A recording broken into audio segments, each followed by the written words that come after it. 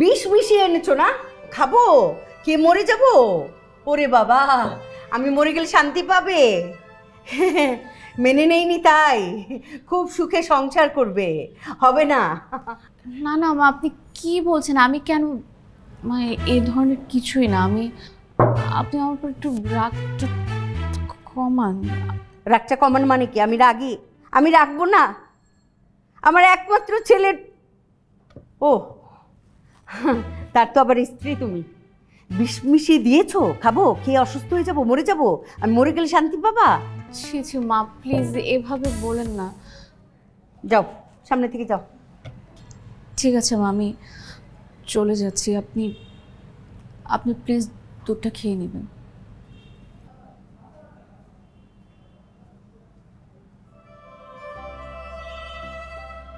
মা এত করে ঠিকই, দুধ দিয়ে গেল, আবার আমি খাই না সেইটাও লক্ষ্য রাখে।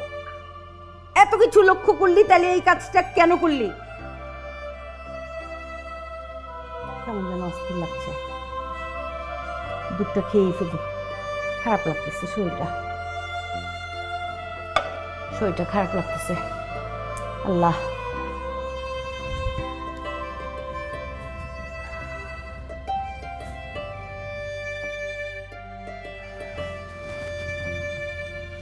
আমি অফিসের কাজে কদিনের জন্য ঢাকার বাইরে যাব। তুমি চাইলে কটা দিন তোমার বাড়িতে ঘুরে আসতে পারো।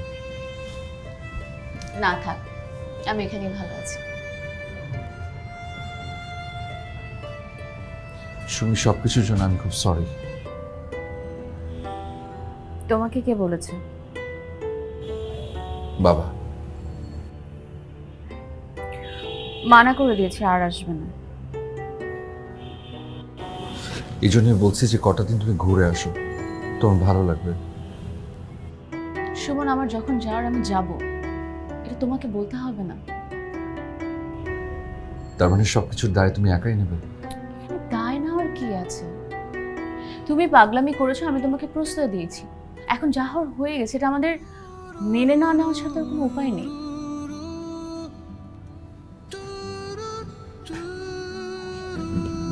বিশেষ করে আমি আসলে কল্পনা করিনি বিষয়গুলো এমন হবে।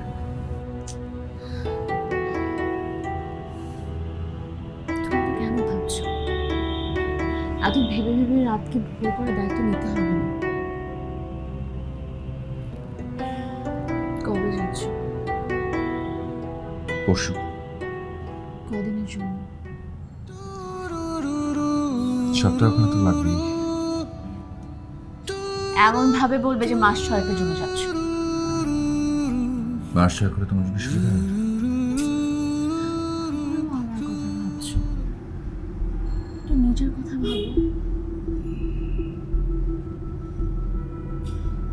আমি তোমার বাড়ি কিচ্ছু ভাবতে চাই না। নিজেকে নিয়ে কিভাবে ভাবি?